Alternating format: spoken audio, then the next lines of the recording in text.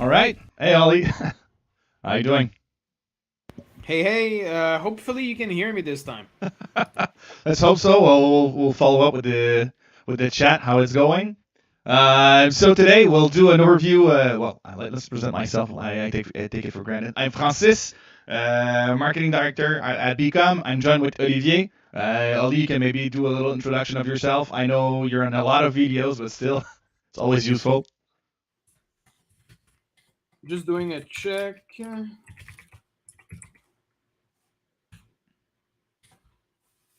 Let me know in chat if you can hear me today because I don't want to speak for no reason, right? It's always useful. Yeah. I don't think I'm not sure there's a. Oh no, okay, Mighty Yes, Mouse is there. Mighty Mouse. Yay! Yes.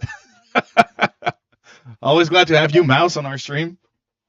Yes, he's probably one of our best also external tester. Contributor and everything. Yeah, he's super active on the Discord. Glad to have Yeah, you. absolutely. Um, And yeah, I'm Oliver. I am the game designer on Gallowspire Survivors. I've been somewhat active on Discord, answering questions, giving feedback, and stuff like that. I try my best to do good, balanced patch notes for you guys as well, and to listen to the feedback. Everything is it's give and take, of course, with the feedback. But I do try. We as a team do try to take the feedback and do the best we can with it. yeah, and I know sometimes we go a bit further than than what people ask for. But still, we're in early access, right? So we have the luxury of doing it. Now's the time to try things to Exactly. see. Yeah, exactly. And it's better to get reactions to push a little bit further. Yeah. So an example with the passives, like we went all out. Okay, now you have six passives. We're not touching much of anything else. And now we see that mixed reception. So we will be improving upon that. That's it. Did I choose the hyper mode or I didn't. Let's go Uh-huh. back. Let's go back with the hyper No, that's mode. not fast. No, Yeah, gotta go fast. exactly. I haven't tried the patch yet, so it's gonna Well, be my first hyper mode playthrough. Yeah, it's in hyper mode. Fine. All right, let's go. And Holly. So like, what motivated you to implement the hyper mode in this patch? a few things. First and foremost, most other games in the genre have it, and it's something that people really like. So of course we wanted to please our audience. That's probably the main reason. And a very strong secondary reason is some people have felt both internally and externally that the pace of the game can be a little bit slow sometimes. Mm-hmm. So if somebody thinks, "Oh, game is too slow," or the enemy, it's not hard enough, or anything like that, well, now you have hyper mode, and you can make it much faster. It is indeed much faster. It does make a big difference. Everything is faster, Oh and yeah, you don't even have time to think, right? It's just exactly, you have to react. I don't recommend it on a first playthrough. Like, I recommend people at least beat normal before engaging hyper mode. They can do it if they want to, but I don't recommend it. But hey, it's up to everyone to choose for themselves. that's it. What did we do other than that? Yeah, the six passives came in the same update. People have been asking for the possibility to customize their builds more. Yeah. The quickest, easiest thing we could do was add passive slots, Mm-hmm. because it does not impact the game as much as adding weapon slots. Adding weapon slots would take much longer because there's a lot of rebalancing to be done. Adding passive slots, I decided to just keep the game as is, because of the split biome, the game has become already harder than it was. Yeah. And I expected that. So there was two things that I expected. I expected that adding additional passives would make the game slightly easier, but I also expected that all the upgrades would be diluted, so it would be harder to max out certain things. And what ended up happening is people that just build whatever they want have a really hard time because everything is diluted. People that understand the game will pick specific passive to make up for the fact that they have more passive, which in the end make for a slightly stronger build than what they had before. So it's more options, but when you have more options, the skill ceiling usually becomes much higher Yeah. because people can make more mistakes because they have more options. Yeah, and yeah, like you said, it's diluting your power a bit, so Yeah. we have to So tweak it in the next accordingly. update, we'll be addressing that slightly. So trying to make it so it's a little easier to max out your skills again. You have, you can obtain a bit more power. Mhm. I do not want people to be able to max out all 10 slots unless they use the wizard cheese, as people have been calling it. And for the reason that I don't want people to have 2-hour runs, Yeah. because that's what it's going to take, right? If you're fishing to infinity for legendaries, your run is going to last forever. And Yep. that's definitely something we don't want. Although I am very happy that people actually figured that out because I was aware of it. And in my mind, it was, I'm going to leave it there for people to find it, figure it out for themselves. But there's a pretty high price to pay that first you have to max out. I'm gonna name the ability so everybody's aware of it. You have to max out Foresight first, and then you have to have a lot of spare time to just keep re-rolling to infinity until you just have legendaries. Yeah, so it's a cheese. It's a cheese that takes a lot of time, and Yeah. it's not an optimal way to play this. We want runs to last 20 to 25 minutes, Mhm. not an hour and a half, 2 hours. But still, you're gonna do a lot of damage if you're a min maxer. Of course, and min maxing takes time, so that's fair. That's fair. But at the same time, I do want to bring down the skill ceiling a little bit on being able to beat the game and stuff like that. To be able to have the build that you want and still be able To to win. be strong Yeah. enough to finish, finish a run. Mhm. For those wondering, yes, it is normal that biome 3 there's a pretty big difficulty spike compared to biome 2. So biome 1 is easy-ish compared to the rest. Yeah. It is harder than it was before, but still it is easy-ish. Biome 2 is meant to be a little harder than biome 1, not significantly harder, but harder.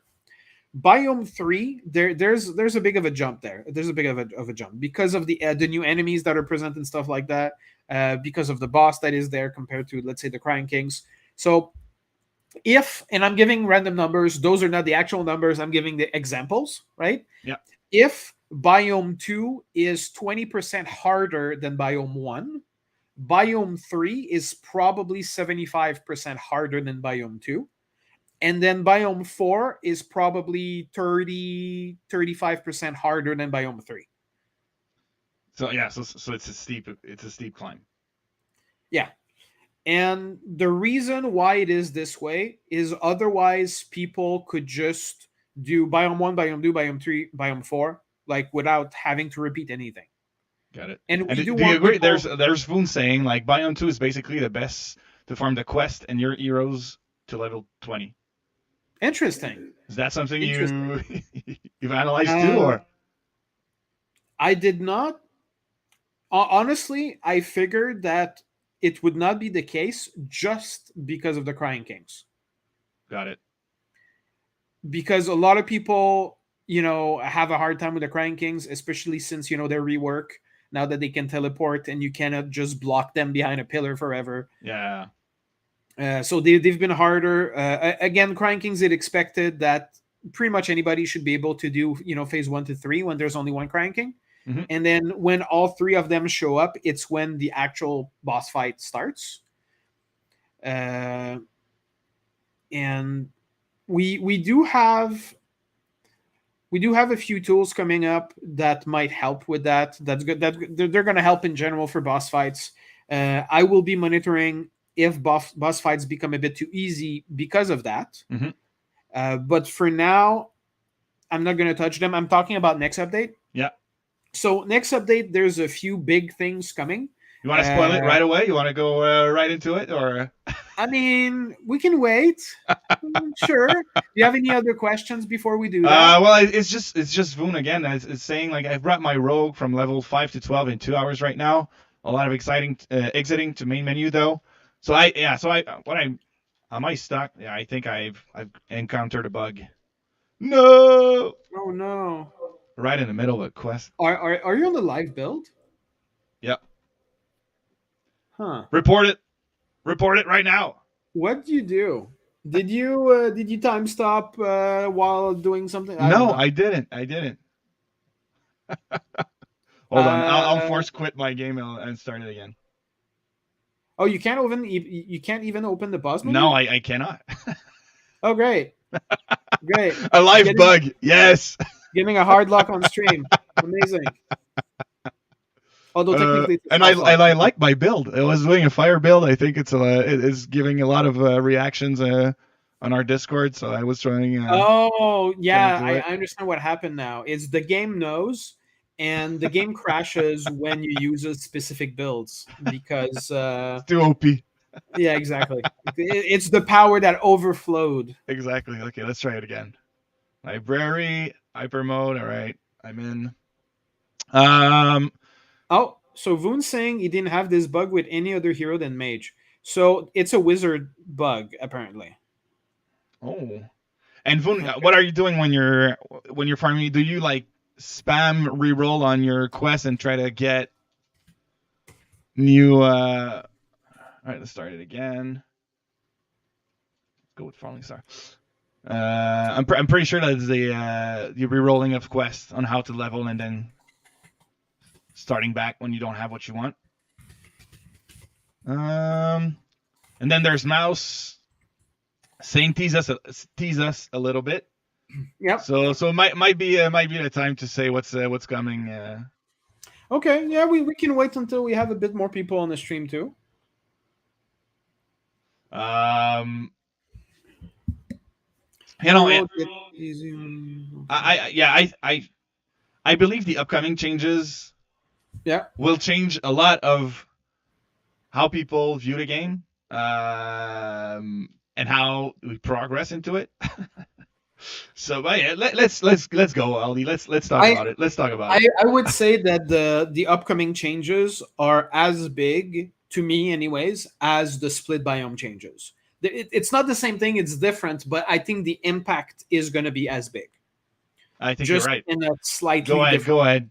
Talk Okay. about it. Talk about it. So we have a few changes. I'm going to keep the juicy ones for the end. We're going to start with the smaller changes first. So again, going to make some adjustment to allow to a bit more easily max out more skills, um, including we want to try to give priority to weapons a little bit over passives, just so people can max out weapons slightly more easily than now. Mm-hmm. And in general, it's going to be slightly easier to obtain power per slot. I'm not giving detail exactly on how it's going to be done because we're still, testing things out.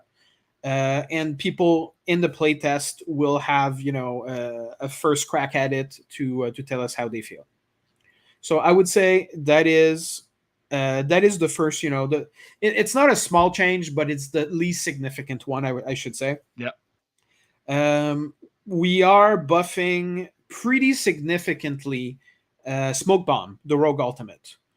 And the main reasons is, people have been either not using it at all or they don't use it the right way. So everybody knows the design intention of a smoke bomb is you're supposed to crack smoke bomb and stay inside of it. Yeah.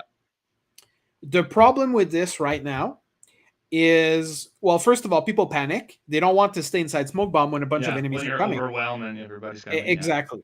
A second thing is, I'm pretty sure not everyone is fully aware of what smoke bomb actually does. I think a lot of people at the very beginning thought smoke bomb dealt damage to enemies, Yeah. which Yeah. it does not until you have the poison smoke talent. Sorry. So that was misunderstood a little bit. What it actually does, other than, if you have upgrades to it, obviously. But what it actually does is it gives you an increased dodge chance, and it enables you to use sneak attack Yeah. against enemies regardless of their health. So normally sneak attack is only against full health enemies. So smoke bomb allows you, it basically gives you hidden from Pathfinder Second Edition, which allows you to do your sneak attack. So it's basically what it is. And it was not quite enough. It was not obvious enough. Maybe it was too small, something like that. So a few changes that are coming. First of all, the radius of it is going to become a little bit bigger. So the starting radius, the max radius, have been increased a little bit. Second, and it's probably the biggest thing here, the dodge chance granted went from 30% minimum to 50% minimum. Okay. And from 60% maximum to 90% maximum. So it's scaling quite a bit. It's scaling quite a bit. It also becomes much better. It was already better if you have nimble dodge, but now it becomes much better if you have nimble dodge. Yeah. You can actually get 100% dodge chance pretty easily in it if you take the poison smoke upgrade. So that should be a pretty good change. It should feel much better, much safer to stay in your smoke bomb now than it did before. Mm-hmm. Yeah, there's a couple of comments. That's it. Phone Yeah. saying bomb smoke plus dodge chance, nimble dodge is also almost immortality. I guess he's right. Well, yes, right now, if you max smoke bomb, it is the case. With the new version, you won't have to max nimble dodge if you max smoke bomb to be able to dodge everything. Mm-hmm. So there's that, but it does mean you're not moving during that time, which also means you're not picking up things, you're not going for chests, you're not going for other objectives and stuff like that. Yeah. So it has a drawback, but that drawback was too big. So the goal here is to make sure that you're rewarded more when you stay inside of it. Got it. I did want to mention smoke bomb. Yes, it was an okay defensive tool. Now it's becoming a better defensive tool. But the main thing it was meant for, and I'm saying it now in case some people have not figured this out, the main thing it was for boss fights, to enable using sneak attack against a boss with all your attacks. So it goes through armor and you're doing more damage. Well, it doesn't go through armor unless you have the upgrade to sneak attack. Yeah, you're right. But it does mean that instead of having your first attack deal sneak attack, for X amount of seconds, every single attack deals sneak attack damage. So it's quite a bump in your damage. Exactly. So it's always been more of an offensive tool. Now it's become a better defensive tool while remaining as good as an offensive tool as it used to be. Mm-hmm. So that's I'd say medium significant change. It's only for rogue players, obviously. For the really juicy parts, I'm going to keep the biggest juice part for the end. So something I don't even think it's been asked for. Maybe it has. I'm not exactly sure. There's a lot of threads, a lot of conversations on Discord. We are adding a potion belt. What the potion belt allows you to do is you can carry on yourself one healing potion, one quickness potion, and one oak potion. The biggest impact this has is you can go into a boss encounter with one of each on your belt. That's good. The healing potion is nice, but doesn't change much of anything. It's just, you have healing on hand. It's going to be especially useful with Estravec and with Tarbaphon, right? Yeah. The biggest thing, and we're going to be monitoring how this goes. We're going to see if the bosses need to be changed at all. But the biggest thing it does is it gives you access to a quickness potion and an oak potion during a boss fight, which can be pretty big. Yeah, that's OP. Right? Yeah. Because quickness potion gives you dodge if you upgrade it, and it gives you cooldown reduction if you upgrade it. So that could be pretty significant against bosses. Oak potion gives you armor, and the other main thing, it gives you torn damage, which I'm really curious to see how that's going to work with bosses, because bosses hit pretty hard. So if you're fighter and you go armor build with a max out, Torn Oak Potion, I'm really curious to see how effective it's going to be against bosses. It doesn't last that long, but I'm still curious, right? To see what happens if you get hit. Like you're a mythic difficulty, you get hit by the Great Axe of the Grave General. Yeah. And sure, it deals a lot of damage to you, but you do 3 times that damage in his face. Is it going to be worth it? I don't know. We're going to see. Same with flail and stuff like that. Well, at least we're worth testing it out, right?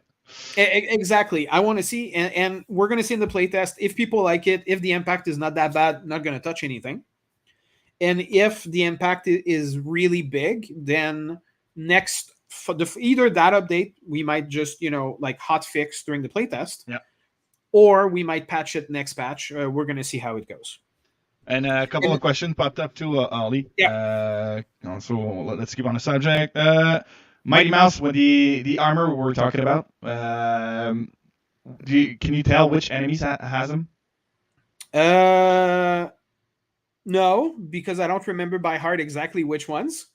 I can give you a few examples. Yeah, go ahead. Also, generally speaking, if the model has armor or if they have any kind of resistance in Pathfinder 2nd Edition, they usually will have armor. Okay. A few examples of this: Grave Knights all have armor. Ghost all have armor because they usually have resistance to all damage. Mm-hmm. Shadow all have armor. Armored skeletons and armored zombies have armor. Vampires have armor. All in all, I would say about 60%, 50% of enemies have armor because imps don't have armor. I don't think succubi and incubi, I don't remember if they have armor or not. Zombies, I'm pretty sure only the armored zombie has armor, maybe the cold one. I don't remember if ghouls have armor. I think the white and the winter white have armor. So about half of the enemies have armor, yep, and exactly half the bosses have armor. The Grave General has armor. Istravek has armor, while the Crying Kings and Tarbafon do not. Okay. Nice. Well, it's that's still a good overview for somebody that didn't know which one has armor or not. Well, fair enough. Okay, fair enough. There was also a question about, are there plans to add something to spend money? Because some people are now, will I be able to survive?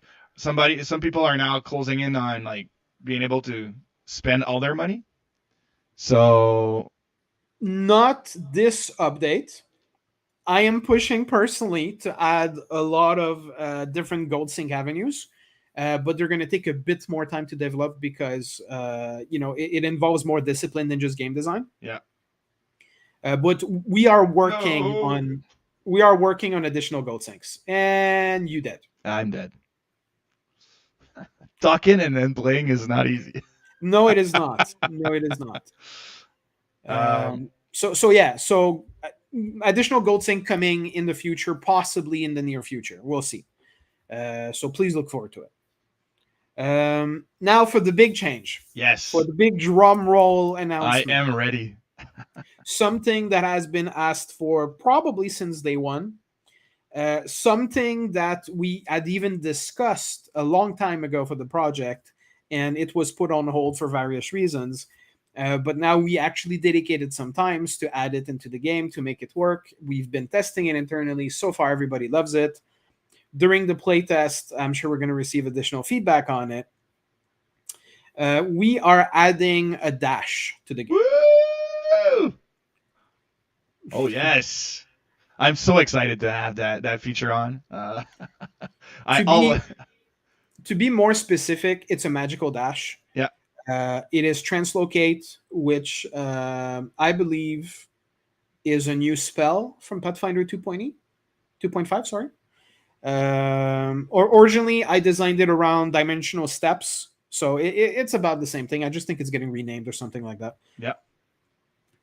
For those wondering the lore around it, why it's magical, it's because you tap in the magic of your amulet, of your medallion, to basically flash forward, right? To teleports forward.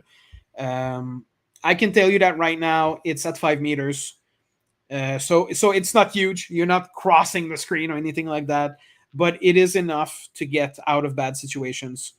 It is enough to go a little bit further and stuff like that. And what's the cooldown on it? The starting cooldown will be 10 seconds. Nice. Yeah. Nice. We are making changes to the Grave General and to other bosses also to make up for the fact that now you have a dash. Yeah.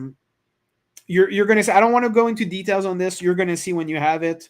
But basically, we are putting very obvious necessity of the dodge charge. But yeah, you're going to see when you get to test it, to play the game. Yeah. So in my mind, it'll change a lot of how people approach their runs and how, like, which character can most benefit out of it. But I'm so happy we're adding this mechanic in the game. I think all of them will benefit from it. For now, we have one single dash action for all classes because we wanted to implement it as soon as we could, instead of taking a month to make different behaviors and VFX animations for all the classes. Yeah. Which is also why it's not a physical dash. It is a short teleportation burst from the medallion. That's why we can explain that why all classes have the exact same one. That's why, right?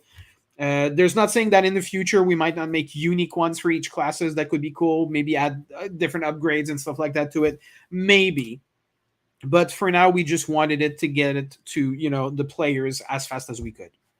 Makes sense. Hold on. So I'll press pause not to run in everyone when I'm reading. Yeah. So Vaughn, like we said, it would be cool to have a dash for rogue, rush for fighter, and some kind of teleport for mage. But mechanically, it was easier to implement, like you said, through the amulet. And then Mighty Mouse says, so now we'll have one key for dodge and one key for potion. More interaction during gameplay. Yes. For the controller, we also made a small change to where you activate the ultimate, so people will have to get used to that. On the controller, I can take a controller, right? Yeah. On the controller, right trigger is now going to be the ultimate. Okay. That's actually what I've been wanting since the beginning, but it was on Y for I don't remember the reason. Anyways, left shoulder is going to be the dash. Okay. Yeah. Healing potion is going to be X. I'm talking on an Xbox controller, right? So it's the same button placement on, let's say, a PlayStation controller. So X is going to be healing potion, Y is going to be quickness potion, and B is going to be oak potion. Okay. For the keyboard, I believe, I need to double check. And if it's not the case, we're just going to change it so it's the same order. On the keyboard, it should be 1 for healing potion, 2 for quickness potion, and 3 for oak potion in the little numbers above, WASD. R is still going to be the ultimate. We're not changing that. And then space bar is going to be the dash. Okay, yeah, classic. But that's so cool. Will we have eventually controller, keyboard, and keybind customization? Maybe. It is actually something complicated to implement. It's not super easy, but we've been discussing it. No decision has been taken yet. It's still under discussion. Yeah. And is there anything that? No, I think dash will be the biggest thing we're implementing in the next patch. I'm pretty sure it's the biggest thing, yes, because it does change things a lot. No more, unless you forget to use it, no more missing a chest by 1 second. Right? Yeah. I don't know how much it happened to you guys, but for me, you go for a chest and the chest appears in your screen and then you get teleported away. Well, with that dash, you're going to be able to dash twice during that 30 seconds, 3 times even if you time it right. So it's going to make big changes there. It allows to go through waves of enemies by, with taking less damage or no damage at all. And it's going to be especially useful. It's going to be especially useful during boss fights. So I'm watching you run into, out, and then back into all the projectiles. No, I was trying to grab those potions. I do want to remind everybody that we do have an iframe, an invulnerability frame of half a second. So I should run through people. Well, yes.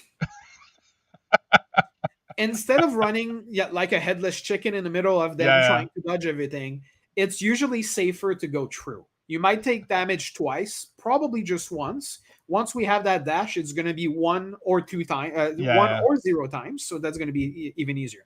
Another thing to remember is, like we just saw, there was like 35 projectiles coming at you, right? Yep.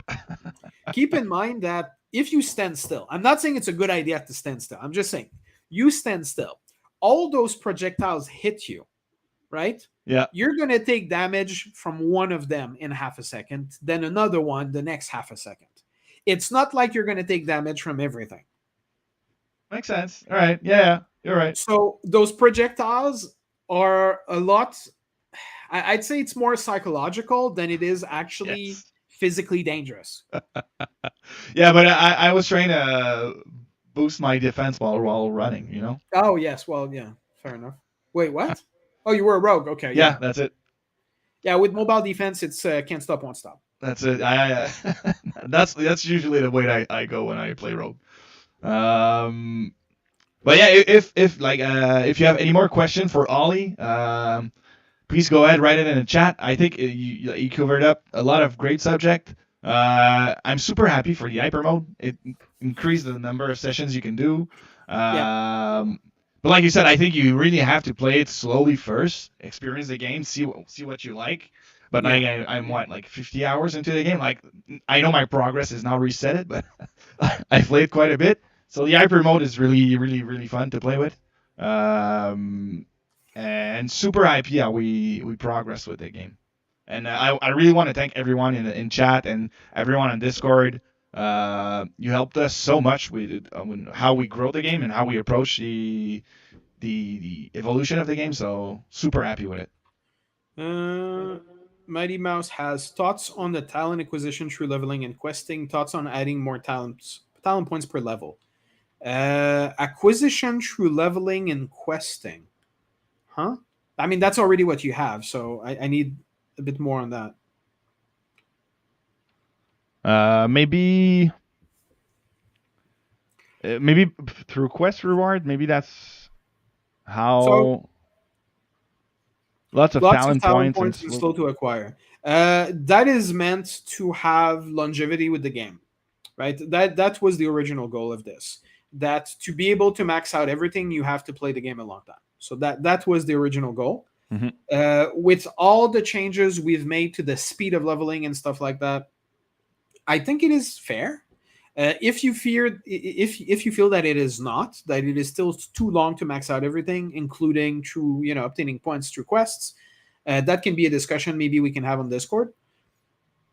I would probably rather lower slightly the cost of tier 3 and 4 than to give out more talent points.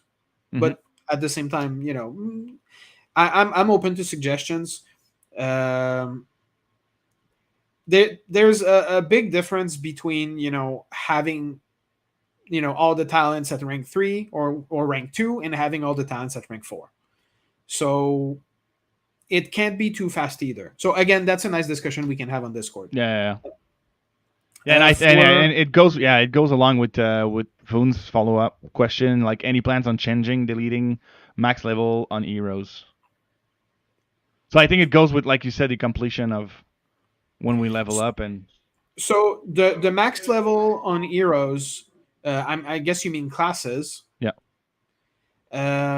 There's only a max level because there's a max number of attribute points and talent points you can obtain.